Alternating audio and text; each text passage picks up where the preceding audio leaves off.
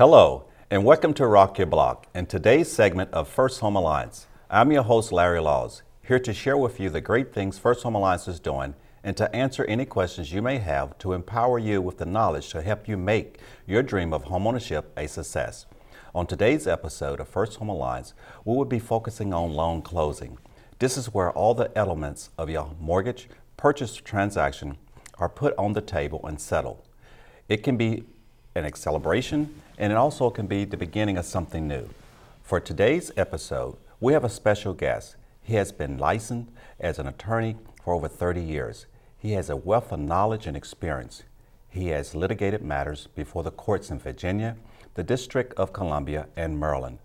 Presently, he serves as the managing attorney with MBH Settlement Group in Woodbridge, Virginia.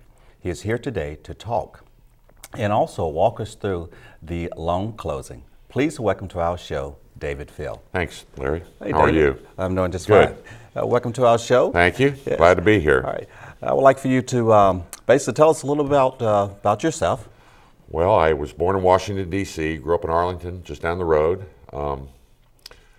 Attended public school my whole life in Virginia, went to the University of Virginia, graduated from George Mason Law School. I was a prosecutor in Fairfax County, this county, for 3 years. Was in private practice for about 10 years. Worked for an insurance company for several years, and for the past 10 years I've worked at MBH Settlement Group doing real estate settlements. Okay, well that's great, and that's what we're going to talk about here, the loan closing. And so real estate, is it really important for individuals to use a settlement company, or is it something they can actually go to any attorney? No, you really, I'm sorry, I don't want to talk over you. You really can't just go to any attorney, because yes. when you purchase a home, you need a settlement and escrow company. They're usually called title and escrow or settlement companies because they sell title insurance. Okay. And lenders require that title insurance be purchased when individuals purchase homes. So just your general attorney is not going to be set up to sell that kind of insurance or provide that service. Okay, but there are, I think here in Virginia, some people say, well, I could go to an attorney. And so what are some of the reasons why they would go to an attorney other than just for settlement? Well, generally, I'm not sure I recommend people don't necessarily need to go to attorneys for a real estate transaction. Okay. Sometimes people get fearful and they feel like they may need an attorney. There's really no reason for that necessarily, in my opinion. Okay. But generally, what will happen generally is that the buyer's realtor will recommend a title or escrow or settlement company for them, some of which will have attorneys in their office like myself. Okay. Some will have what's called licensed title agents, who are people who have taken a test which permits them to conduct real estate settlements, but they're not attorneys. Okay. And I understand there's one definition of a title, and I understand sometimes it's called a title when people talk title, but also they have escrow agents. What's the difference between the title and the escrow? Well, it's one of those things that's, I suppose, gotten kind of murky because it just depends. Some companies, like, there are certain settlement companies that are called ABC Title and Escrow. Mm-hmm. There are some settlement companies that are called, like mine, MBH Settlement Group. Okay. They're essentially the same thing because a title company is a company that's authorized and licensed to issue title insurance, and an escrow company is a company that's been set up and has the proper insurance and the proper bank accounts to escrow funds, meaning holding funds for dispersal after settlement. Okay. So there's virtually the same thing. Okay. Yes, but you don't actually sell title, do you? No, no, no. You don't sell title. Title, that's a word that people get very confused about. Okay. In terms of what is title, especially with real estate. Correct. Because most people, when they think of title, they think of the title of their car. And so people will frequently ask me, when do I get my title? Mm-hmm. I could go into that later in terms of what that really means in terms of that, but basically they're thinking that somehow some document is going to be issued to them that says you own this house, which it is, but it's a deed. Okay. But we don't sell title as such. What we really sell, I suppose, quote unquote, is title insurance, which every settlement and escrow, title and escrow company does. Yes. And could you tell us a little bit about that title insurance? Who does it cover? Sure. Title insurance, when you buy a house, when you purchase a home, your lender requires that you purchase title insurance for them. Okay. And title insurance for the buyer is highly recommended but not required.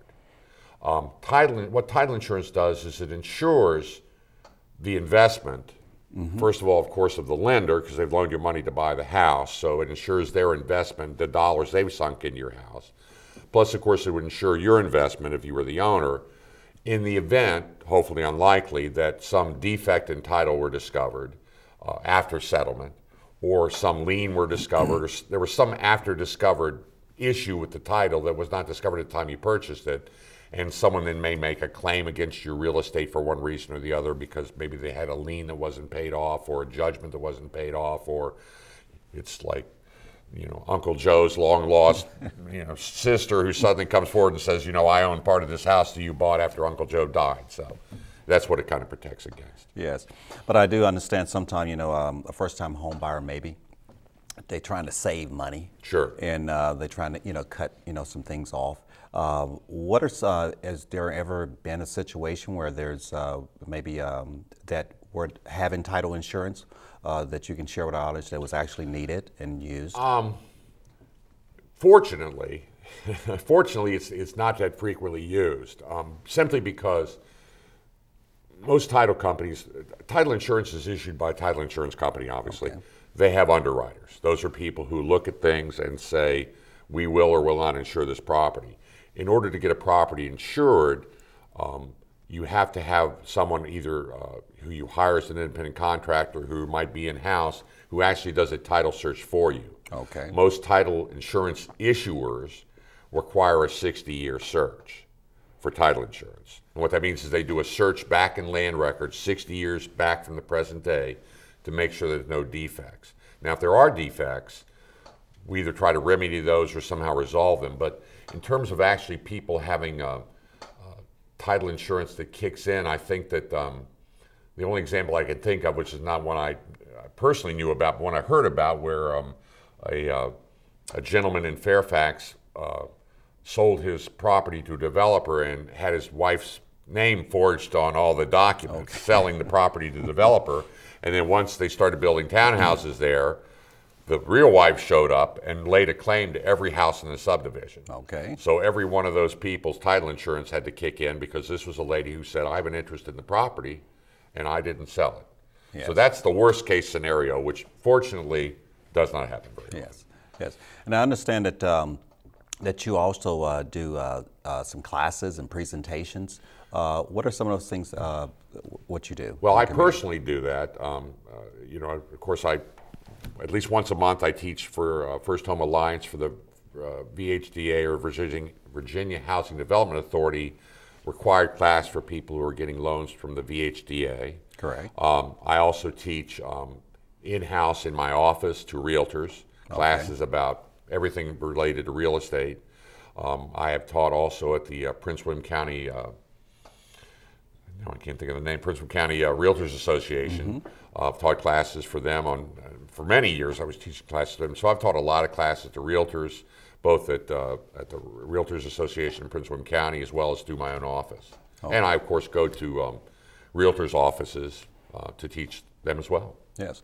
Have you experienced, you know, for the homeowners that come into your office for a settlement, those that may have had some prior education, first-time homebuyer education, that are aware of some of the documents versus those that have not? Yes. I mean, it's always helpful for people to have gotten some education before they come in, because people do have a lot of misconceptions about how these things, how the transactions take place, how they flow. Lots of times lenders will send them an entire package of documents that they're going to see at settlement before settlement. Now, a lot of people don't look at those. Right. It helps that they look at them, because, of course, then once they see them at settlement, they're not completely taken aback by them.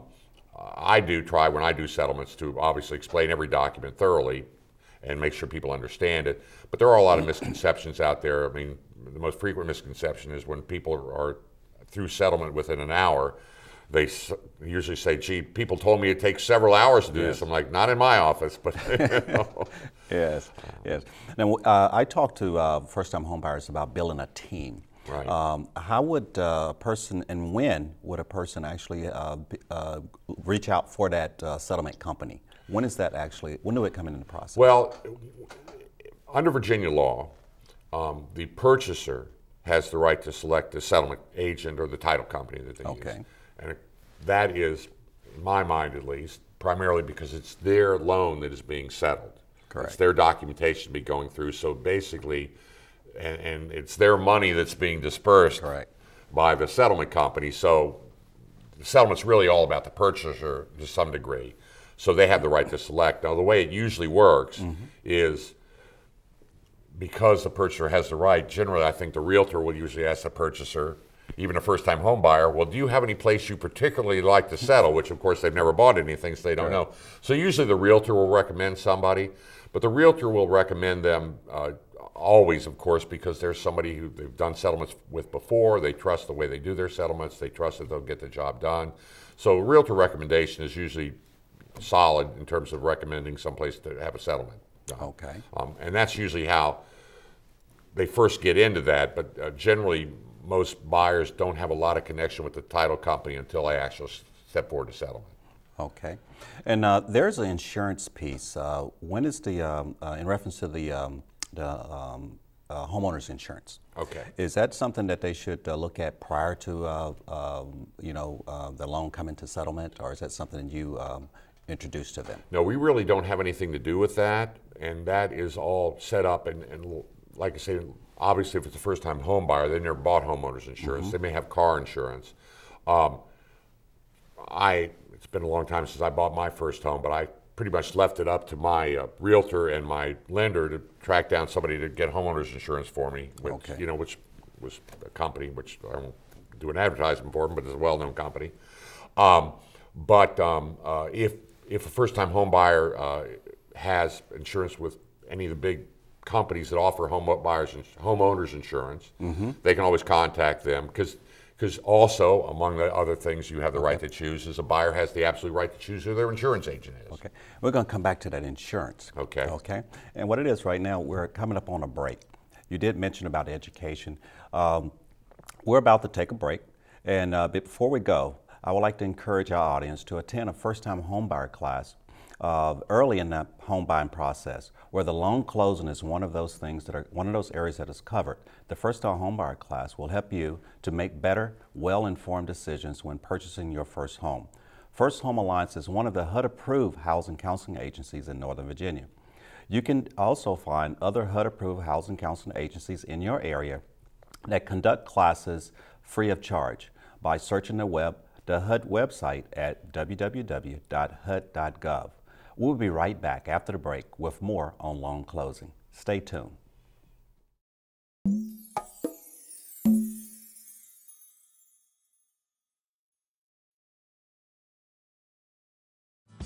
Start living the dream of home ownership with help from First Home Alliance. Free orientation classes are held the third Saturday of each month from 10 a.m. to 4 p.m. and lunch will be served. Classes include topics like personal finance, credit issues, the lending process, the role of the agent, home inspection, and loan closing. Don't wait. Call First Home Alliance today to register or go to firsthomealliance.org for more information and start your dream of home ownership today. Welcome back. You're watching Rock Your Block, today's segment of First Home Alliance with our special guest, David Field. David, yes, sir. Before the break, we were talking about insurance. Can you elaborate a little bit more on the insurance? Yes, quickly. When you're talking about insurance as a settlement, there's, I guess, three parts. First of all, there's, of course, your homeowner's insurance, which you have the right to select under law. Your lender can't tell you who to buy it from. You can buy it from anybody you want. And that is the thing that the homeowner needs to set up in advance. Their lender and their loan officer will help them do that if they're having trouble doing that. The other one, of course, is title insurance, which is insurance for your title in case there's any claims against it. That's one thing we provide at a settlement company, which is purchased at the time of settlement. Last thing, insurance may be people have private mortgage insurance, what's called PMI. If you have a federally insured loan, and depending on a lot of factors, credit and things of those nature, you might have to also pay what's called private mortgage insurance on your loan, meaning that essentially what you're doing is you're buying insurance so that if you default on your loan, your lender has an insurance company that's going to pay them the amount you owe them because you've defaulted on the loan. And that is set up through your lender, and that's already in part of your loan. That's nothing we have anything to do with, but that is something you will, as a buyer, undoubtedly know about before you even come to settlement. Okay. Well, I really appreciate you sharing that with our audience in reference to the insurances. There's another insurance that I'm thinking about also, is that mortgage life insurance sometime homeowners may ask about. Yeah, mortgage life insurance would be a private insurance policy that you purchase that would provide insurance to pay off your mortgage in the event you died or became permanently disabled. Okay. That's not something that goes through the settlement company or even through your lender. That would be something that a purchaser would have to find an insurance agent for and sign up for that insurance themselves, of course, after they purchase the house. Okay. Yes, and I know that time is moving here. You have a wealth of information. See what we can do. Yes. what I want to do is go to the closing. Sure. You know, and let's talk about the settlement day. Okay. What can we expect when we go for settlement? Well, rapidly, I'll try to do this basically. First of all, of course, most people will do their walkthrough before settlement. Walkthrough is where you purchase the home, and before you go to settlement, you will go through the home one more time to make sure it is in the same condition as when you last saw it. Yes. And then you will drive from that walkthrough probably to settlement. Okay. I try to recommend, and it's not done very often, but I certainly recommend that people do the walkthrough the day before settlement. Okay. Simply because if there are issues found there, then they at least have 24 hours to try and negotiate those issues, because issues do arise sometimes, more frequently than I would like, but they do arise, and at least that gives you that window. Yes. If you go to do your walkthrough that very morning and then rush over to settlement and you have an issue, the seller might not even be there, because lots of times the sellers are already moved and they're out of state, so it's better to do it in advance. Okay. Then on the settlement day, you come to the settlement company. We will already have had your HUD ready. HUD document is it's called a HUD 1, okay. Which is essentially the document, and people can once again take a look at that on the HUD website. Okay. They have a sample HUD 1 you can look at in case you don't know what that is. The HUD 1 sets forth the financial part of the transaction. It will show all the charges to the buyer. Lots of times buyers don't realize that the price of the house is just not the price of the house, it's the price of the house plus all the other closing costs you have to pay, which are lender fees and taxes of that nature. We will review the HUD with the purchaser, go through their costs, then we will go through any credits they've received. They may have gotten a closing cost credit from the seller or some other credits from their lender or something. We'll go through the credits, and then of course they have a bottom line, which is the funds that they need to bring to closing, which has to be in a form of a cashier's or certified check. Okay. Then of course we will just start going through the documents. And the documents, a lot of people are kind of concerned, I think, these days, at least people who may have been paying attention, because a lot of bad loans went through back in 2004, 5, and 6. We don't have those anymore, especially first-time home buyers. Most of the loans I'm closing, as you are aware, are FHA or VA loans. FHA loans, there's nothing sexy about them. They're 30-year fixed, fixed interest rate. There's no prepayment penalty or any kind of penalties like that. We'll go through the documents. We go through the note, which is the promise to pay back the money they owe. We'll go through what's called a deed of trust, which puts a lien on the property for the lenders so they can't sell it without paying for it. Okay. There'll be some IRS documents in there, some other things in there, but basically it's all standard. There's nothing tricky or real complicated about that. I mean, like I say, I can do a settlement in an hour and have completely explained to the buyer everything that's going on. And then, of course, they get the keys in their house at the end of that process. Okay. I want to get back up to the HUD 1. Sure. Yes, and if you could explain some of the things that are actually on the back of that HUD 1, and it transfer over to the front. Now, of course, this is going to change next year, which is going to be very exciting, because next year the HUDs are going to be about 5 pages long or something. Yes. Right now, they're essentially 2 pages. Okay. The front, which is where all how much the price of the house is and everything, but on the back is where the charges are. Okay. So on the back, I start on the back. The first charges you'll see are basically, as a buyer, you'll see any lender fees, loan origination fee, appraisal fee, tax service fees to pay the people that monitor the payment of your real estate taxes.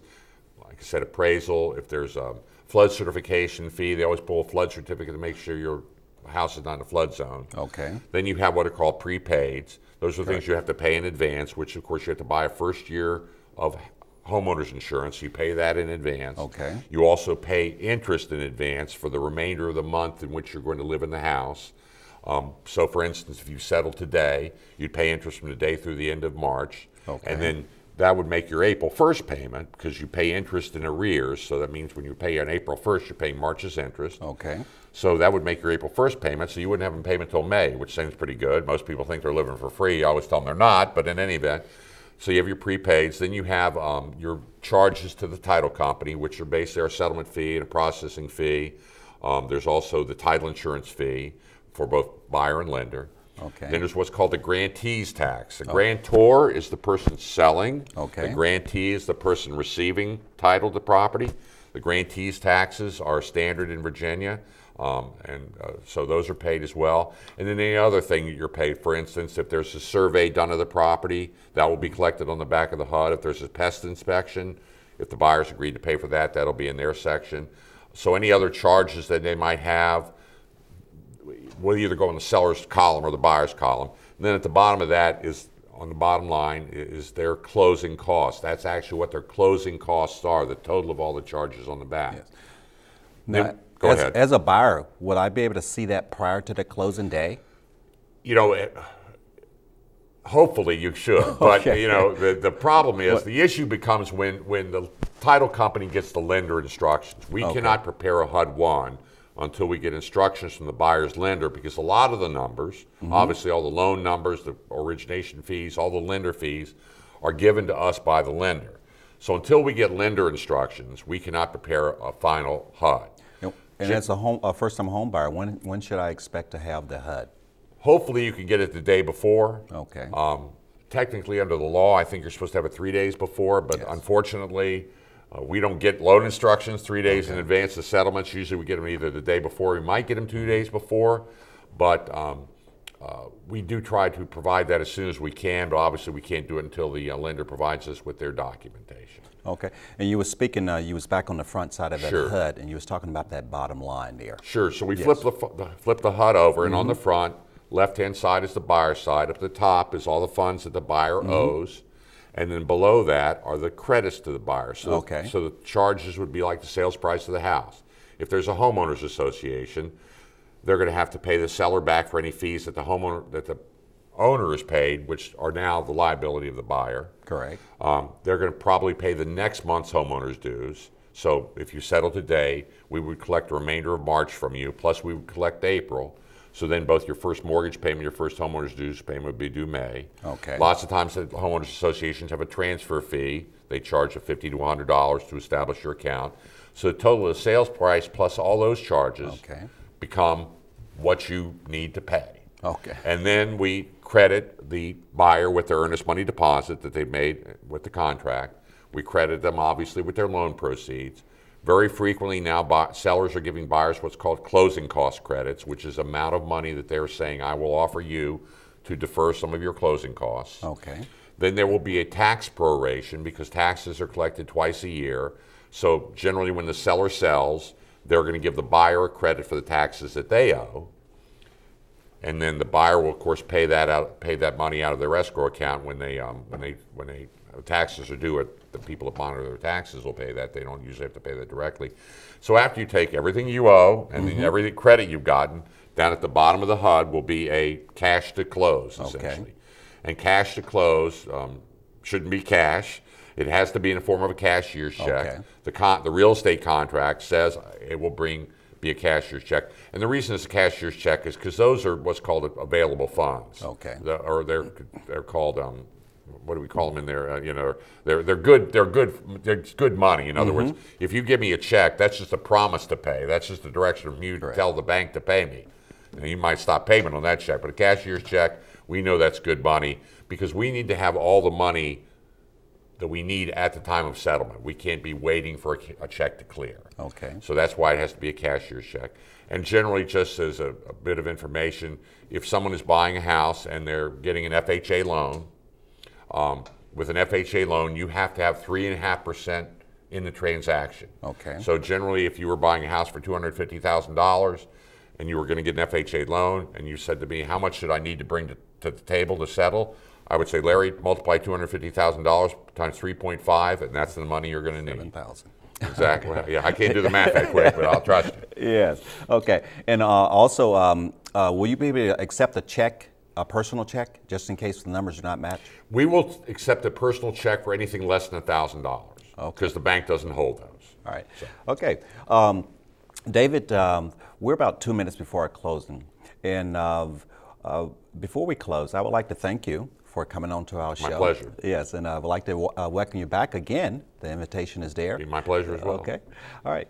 Thank you. Thank you very much. All right, David. I hope that our guest today, David, has answered many of your questions on loan closing. If you have any additional questions related to loan closing, please contact David Phil at MBH Settlement Group. Next, I would like to share with you a question from our inbox. This is where we share questions sent to us from our viewing audience in reference to housing and financial education as it relates to homeownership. Today's question comes from Arlington, Virginia. The question is, what is the best way to improve my credit score? There are 5 factors that make up the FICO score: payment history, amount owed, type of credit, length of credit history, and request for new credit. The factor that carries the most weight is the payment history.